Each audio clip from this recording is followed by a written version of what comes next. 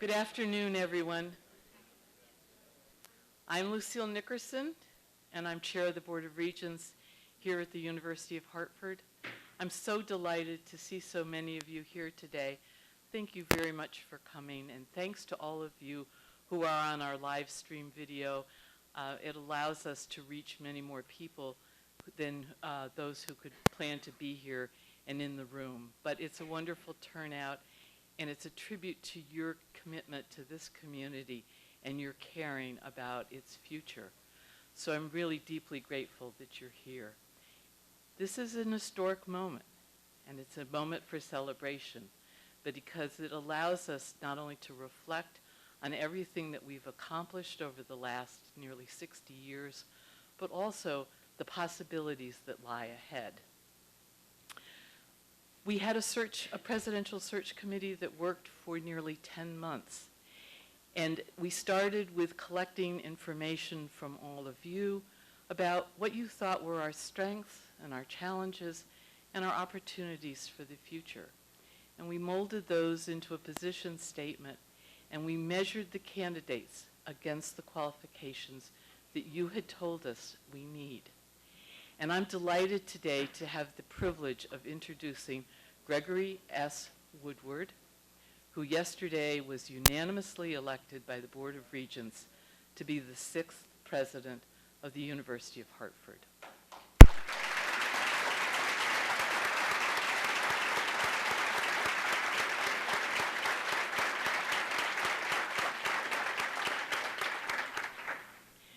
This was a rigorous process, and I'm pleased to say that Greg, and I think he likes to be called Greg, passed every test with flying colors.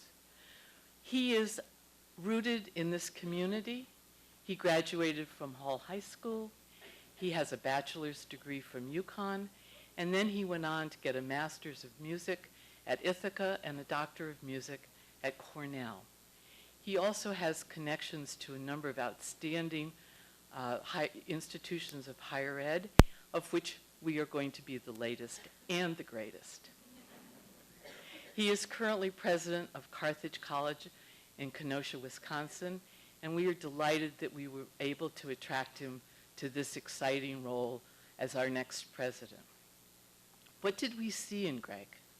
We saw a person who is rooted in the faculty, who has worked his way up through administrative positions, including dean, provost, and now president.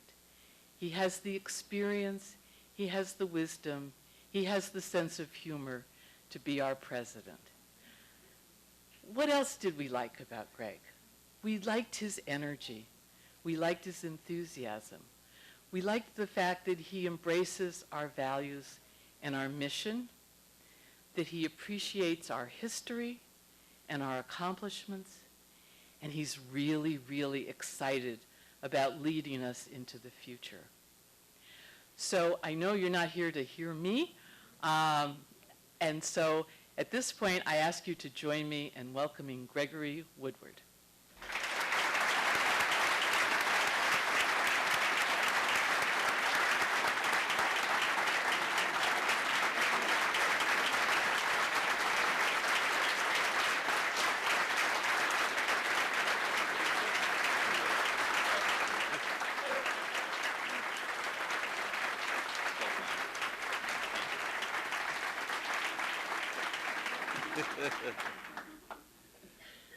Wow, it's hard to talk now. Thanks so much. I do think, as Lucille said, that your being here says a lot about the university. I said to Lucille about an hour or so ago, you know, if no one shows up, it's okay. You know, it's busy, it's finals, and it doesn't really mean anything. It's just not that important a deal. Their lives will go on, you know, just like they always have. But I have to say, now that you're here, it feels much better. So I'm really glad you're here. And to those of my friends back in Wisconsin at Carthage, hello, and I miss y'all, and I hope you're doing okay. I think the search committee did a great job. What else would I say? They stuck the landing, certainly. So that's a lot of extra points. It was a fabulous process. Lucille is amazing. She has every detail down Pat and Kathy Behrens and the people on the search committee were just so professional and so welcoming and warm and high class when they ran this search that it just made me feel so great about this place. I will tell you that I have a very good job. I like the job I'm in. It's a great school. Carthage College is on the shores of Lake Michigan, so I'm just going to bring some of the lake with me. Somebody told me this morning that we're actually on the Atlantic Ocean, but you just can't see it from here. But we're on the ocean. And I thought when this opportunity came up, I would just look, sort of curiosity. What's out there? What's it like? What is it about? Now, I do have a little bit of a cheat in this because I actually attended the Hart School for a short time. And so I was between colleges. I had gone off to Villanova on a soccer scholarship to play soccer, and then was on my way to transferring to UConn to be a music major. And that was a great moment in the car with my mom when she said, "What are you going to do?" I said, "I'm not sure." She said, "You know, you could be a music major. That's all you ever did. You're out in the woods like playing the saxophone. You're weird." And I said, "It's okay." She said, "Yeah, it's okay. You know, be it." So I gave her a big smooch, and I thought, all right, music. So I had to get caught up quickly. So I came to Hart. I actually waited tables and cleaned dishes at the Friendlies at Bishop's Corner as a job. I had a paper route right there that was Bishop's Corner when I was growing up on Harvest Lane in West Hartford. And I can't believe I'm here. It's just so surreal. It's kind of odd. But when this happened, I looked at the university. I was nominated. Somebody called me, a search committee. I looked into it, and I knew a little bit about the place from my experience from a long time ago. And I had known how great the Hart School was and what fabulous teachers were there and what a great education they were providing. I also did have the opportunity, as you've probably read, to study privately with Jackie McLean, who was one of the giants of jazz. Played with Miles, Charlie Parker. I have a recording of Jackie playing as a 19-year-old with Miles and Charlie Parker. 19.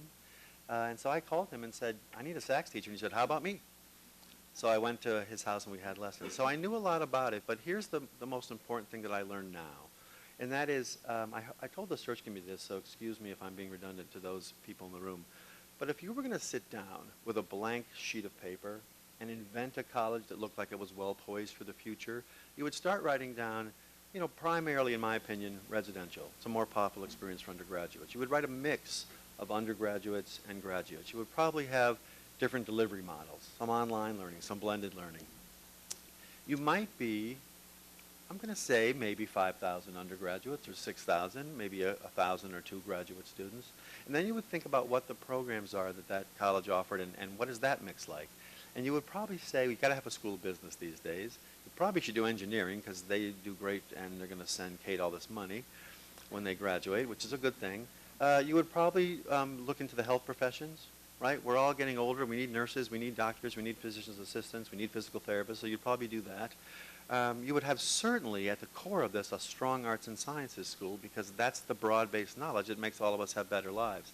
I'm sorry to be repetitive about this, but one of my favorite sayings is that the true value of education is to ensure that the inside of your head is a wonderful place to spend the rest of your life.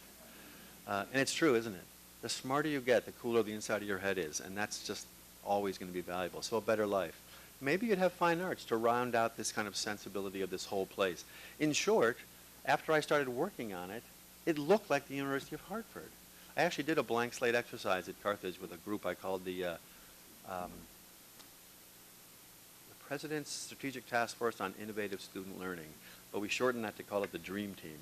And so we got together monthly and we dreamed, and I actually brought in the head of the Disney Imagineering team, a guy named Bruce Vaughn, and he came and met with us and he said, you know, we spend days talking about a 1-second space in a ride and how we're going to fill that space, and you need to think about this for your college. What are those spaces? What are all the things you can do? You have them for 4 years, 5 years. Let's use every available moment to help these students develop into great citizens and have great lives. So we did that for a while, and we did a blank slate.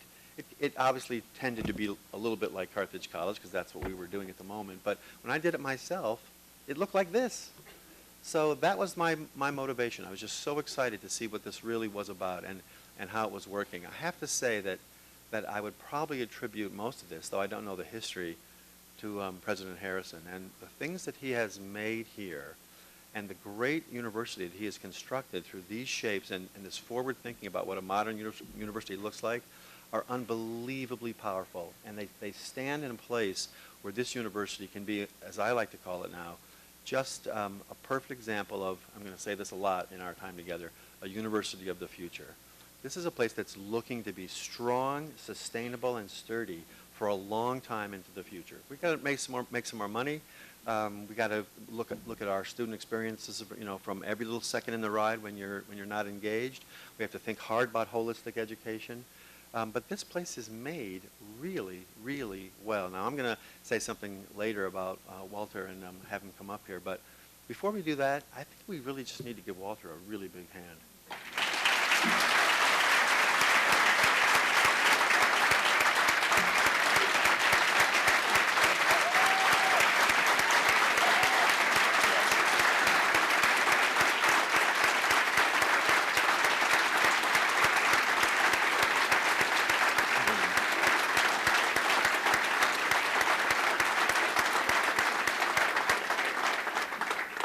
So I'm sorry to embarrass him, but he's going to get a lot of hands over the next 5 or 6 months, and he deserves every second of it.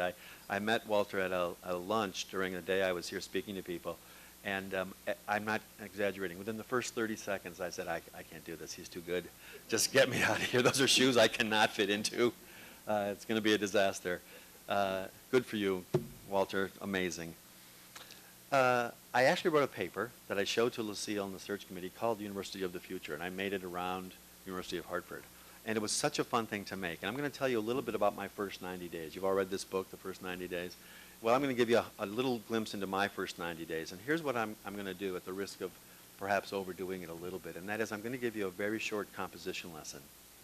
So I'm a musician. I haven't written any music in a long time. I haven't played much music in a long time. I've been administrating now for almost 24 years. So it's a long time ago when I was in that world, but I will say that a string quartet showed up in my office out in Kenosha a couple days ago to play Christmas carols, and the director of the quartet brought a saxophone and a reed and said, "Here, you're going to play with us." So I did. That was lovely, and he'll probably never work again, but it was all right. So here's the lesson I'm going to give you about composers. Composers come up with a thought or an idea. Don't know what that is. Could be a chord, could be a rhythm, could be a sound, could be a texture, could be a color, could be just a couple of notes. And what they do then is they spend a lot of time exploring and analyzing what that is. What did I make? What are the intervals? What are the intervals that aren't included? What notes aren't part of this? What are the opposites of the things I just invented? Analyze it, study it, think like an engineer and a data analyst in some ways. Figure out what your core idea is really about. And then experiment. Improvise, try it a bunch of ways, see how it fits in different shapes and different structures. Over time, it starts to tell you what to do. It says, this should be a beginning. This thing you tried, maybe that should be an ending or a middle. And you start to get a sense of a shape through time that you could make. So why is this relevant to what I'm going to do in the first 90 days? You are, if you don't mind me saying this, my idea right now, right? This is an idea.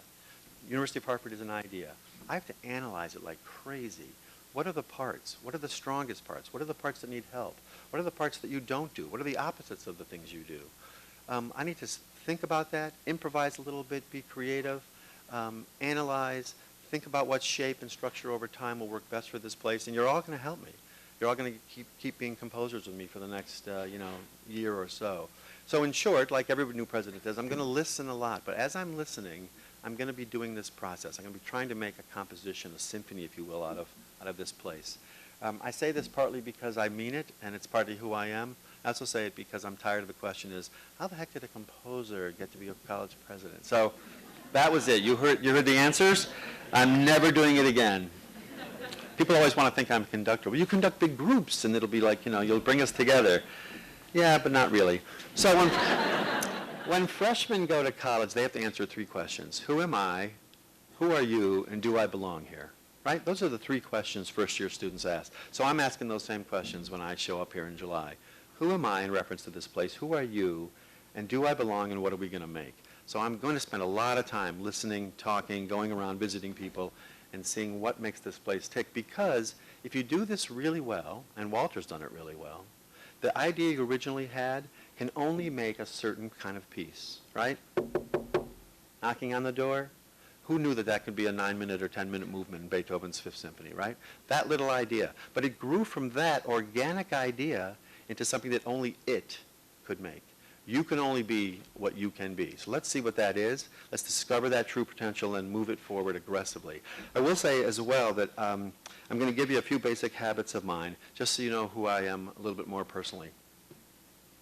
One is that I have 3 signs on the back of my door in my office at Carthage. The first sign says, did you just elevate student learning? So at the end of the meeting, the door is closed. We walk up to my door to open it, and it says, did you just elevate student learning? If the answer is no, it was not a good meeting, go back and sit down. Or almost forget what you talked about or use it as a lead into the next conversation. I believe, beyond any possible controversy, that the most important thing we are about here is creating the best possible learning environment and experience for our students. We all get wrapped up in our jobs. We all think that we're busy. We got to do this sheet, and we got to make that data, and we got to do this evaluation. We got to get this thing out on time. We got to get to class and all that. What really matters is what we're actually doing for our students, right? So we've got to think about this at every single step of our development. How does what we just decided and thought about change and elevate the student experience? Secondly, I have like location, location, location. I have 3 words repeated like that on the back of my door. It says communication, communication, communication. It's amazing how people play the telephone game in institutions of higher learning. My first talk like this at Carthage, I said something about, wow, the lake is so beautiful, and we should build a boardwalk and get a boat. And so about a year later, a student said to me in one of my student addresses, I can't believe you're buying a boat. It's like, no, actually, that was just like, a moment there. I just said something about a boat. And tuition's going up, I'm not buying a boat. But communicate, communicate, communicate. So I'm very transparent. My first full faculty meeting and staff meeting, I put the budget on the screen. People are like, oh, no, you can't do that. You can't show us that. It's your budget, right? It's our budget. We have to make this together. Well, how's it working? Rosh is brilliant, but he needs your help. He needs our input to make this happen. So communicate, communicate, communicate. If we don't do that, you're all going to be wondering what's going on, and then things get a little weird. So I will try to keep you in my communication forever and steadily. Last thing is this. It's kind of funny. It's all in different colored letters. It says, be happy with an exclamation point, and it's really big. I will tell you that as a soccer player and as a musician, I had a lot of coaches, right? The conductors and the coaches. And I remember having so many important lessons around this because some of those coaches and conductors got to a great end result, but they did it through fear, power, sometimes anger, threats, and we got to a good place. Won some championships, played some really great music. But a few others got to the same exact place through love and respect and a reverence for what we were accomplishing together, a sense of team building and growth, a kind of personal kind of actualization process. It was so much better. And so I know it's a little 60s in me, but believe me, the journey is way more important most oftentimes than the destination, right? So as we go through our work together, let's be happy. Look at what we do. We get to come to work every day and educate young people who are going to be the leaders of our world after we're all sitting in a rocker, right? This is really great and inspiring work, and how fortunate we are to do it. Look at the place you're sitting in and things you're doing every day. It's unbelievably powerful, and I think it's a gift. So be happy. You just have to remember this. I'll say 2 more things about my personal style, and then I think we probably need to keep moving. But I'll tell you this. Everything that comes across my desk has to be an A or A+. I'm sure it was that way with Walter, and I just insist on it. It's got to be an A or A+. So what's going to happen, I'm giving you a little advance warning, in the first year, you're going to stop and look up and go, will you just calm down and knock it off? We have 27 initiatives going. I am not going to let initiative go by if it's not an A+. We are charging a lot of money to go to the University of Hartford. We want to be a top elite school as a model for higher education in America. I think that you're in a place to do that. The potential of this place is unbelievable, and it's realizing a lot of it right now. But if it's not A+, we're not going to do it. We're going to do something different, or we're going to make sure we can get it better. Musicians don't go up on stage and get 90% of the notes right. You'd be booed off the stage. Well, that's an A-.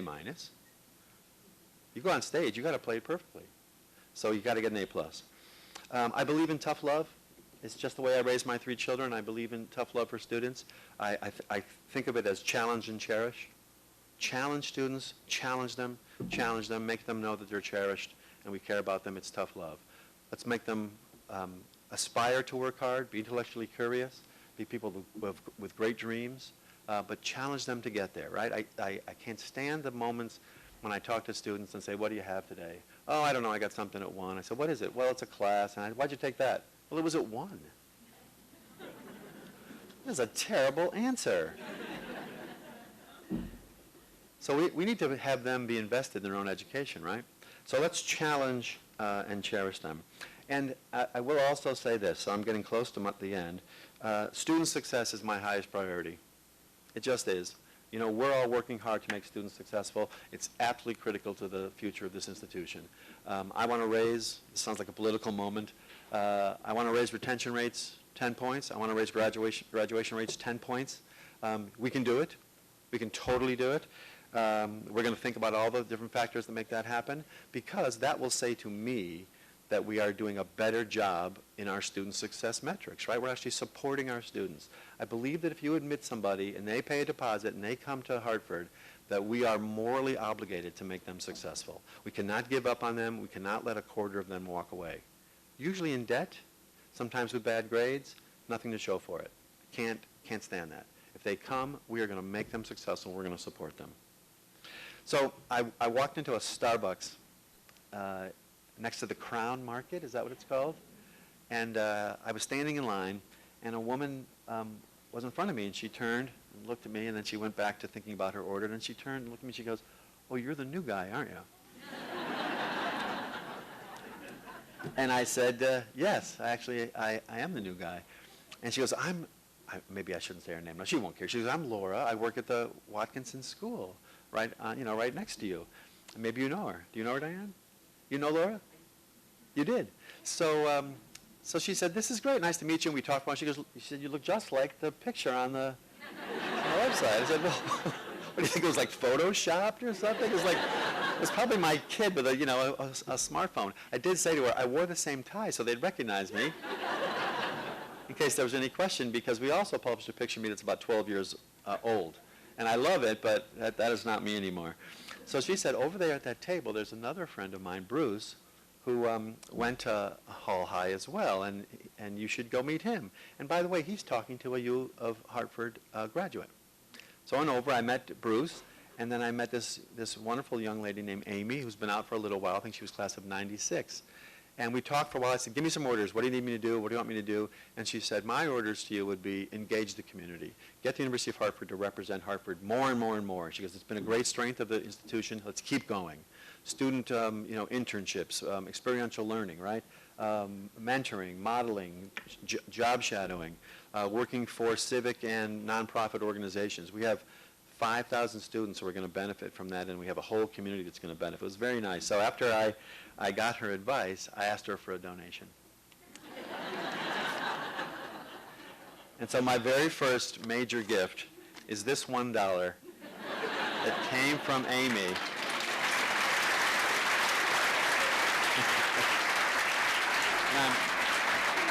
I'm here presenting it to Kate as the first. There you go. Did you get her address for tax receipt? I have her card. Okay.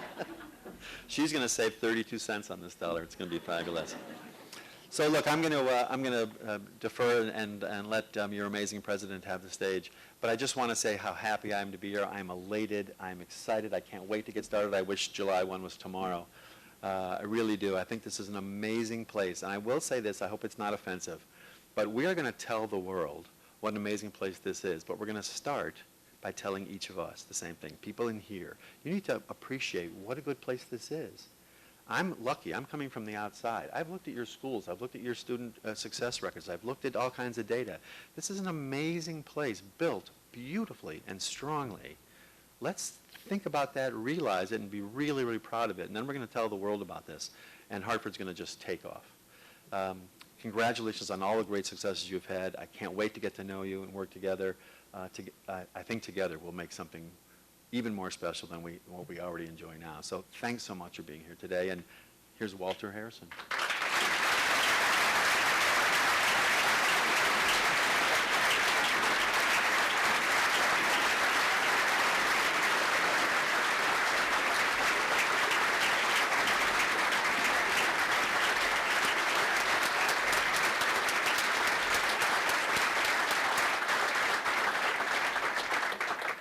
So, two things to say, and then I'm going to do a little improv. First of all, I want to say what a... Just hold it. I want to say what a wonderful community you're joining, Greg. You can feel it in here, and you can see it here. And in you, I believe the search committee's found a perfect leader.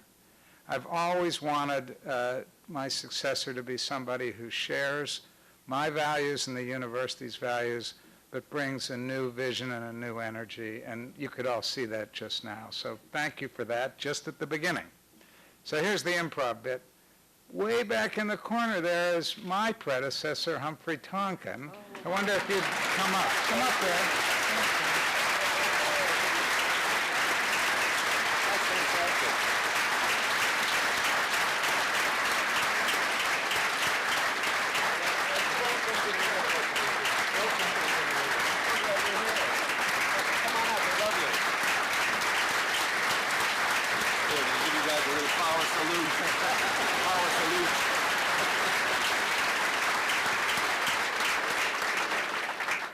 So you figured it out. This is half of the university's presidents, all on the same stage at the same time. And so now to the serious part. Just stay here for a second, Humphrey. Greg has, somebody's given him our athletics logo. Oh, it's in here. Somewhere in here is the university's H. So I want you to have that too. Thank you. Got two lapels. Now you're going to have a third. But I've always really been partial to the university's seal. I realize we've got new logos, we've got new word marks, we're right up there. But this seal is the same seal that this university had at its founding. This seal for me represents the history of the university and its future, and what's the same from the day it was founded till today. There's a lot different, as you just referred to, but this remains the same. So I want to give you, for your third lapel, or perhaps as a tie pin, one of the university's seals, and just for good measure, I'm giving you two cufflinks with the university's seal. Congratulations. This is awesome. Thanks so much.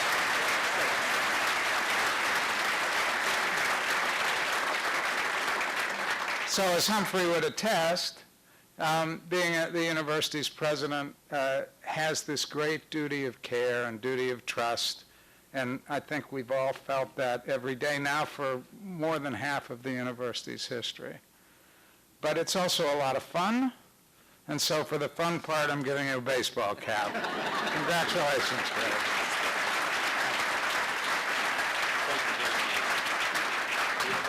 And now I'll ask Lucille to come back to the stage. Thank you all.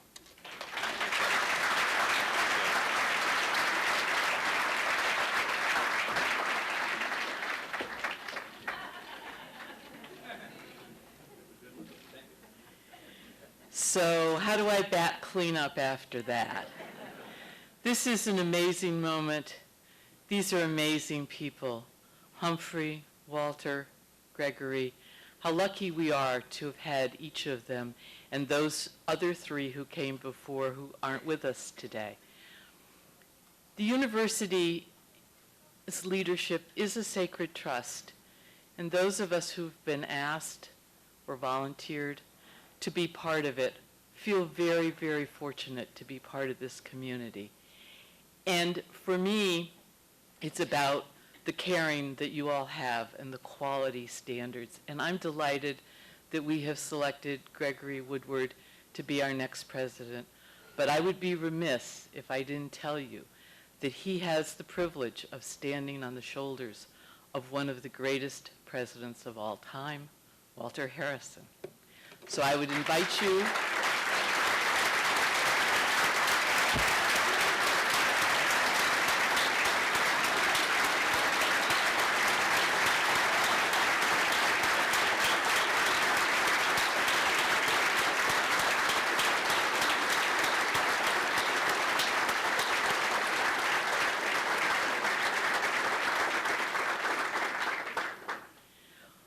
Walt is here with his wife Diane today, and just to say the two of them have given with complete unselfishness to this institution for nearly 20 years, and we also owe Diane a great debt of gratitude.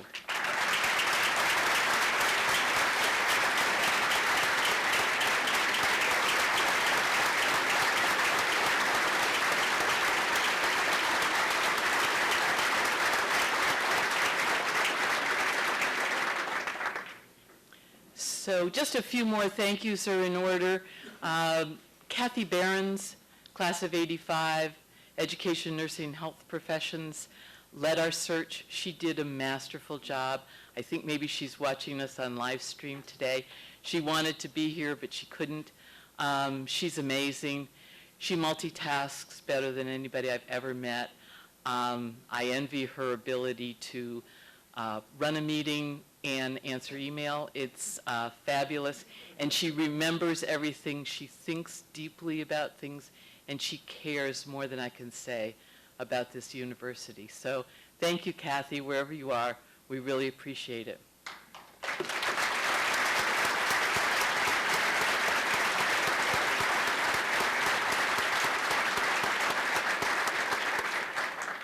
I also want to thank the other members of the search committee. There were 12 of us. There were 7 regents, 3 faculty, a staff member. Maybe Charles Emerson is here today. I know he did the setup for us. Here he is in the back. Charles, thank you. And a student, Yonina Bykoff. You'll see all their names on the website. It's really amazing what they did. We reviewed many, many resumes. We did lots of interviews. We did reference checking. But as I said earlier, the clear leader through all of that was Gregory Woodward, and we're delighted that he's with us. So finally, in closing, I just want to thank Mildred McNeil, who has done an incredible job organizing not only this event, but all of the communications around it. And none of this happens by accident. There's a tremendous amount of work that goes on behind the scenes to make it seem smooth and easy. It's a bit like the swan sailing across the lake. There's a lot of paddling going on underneath, and I'm very grateful to Mildred and her entire team for a really great and professional job. So thank you for that. So I'm going to close now, close the formal part of the program, but when we asked Greg what he most wanted to do today, he said, I really want to meet people. So there's a space here. It's a little small, but if you could kind of come around, and those of you who have time, I know he would love to meet you, and so thank you for that. Thank you for coming. If you can't stay, or if you're on our live stream projection, please remember that in the spring we'll have more opportunities to meet Greg, and of course he'll be starting July 1, which isn't tomorrow, but that's okay. It'll come soon. Thank you all very much.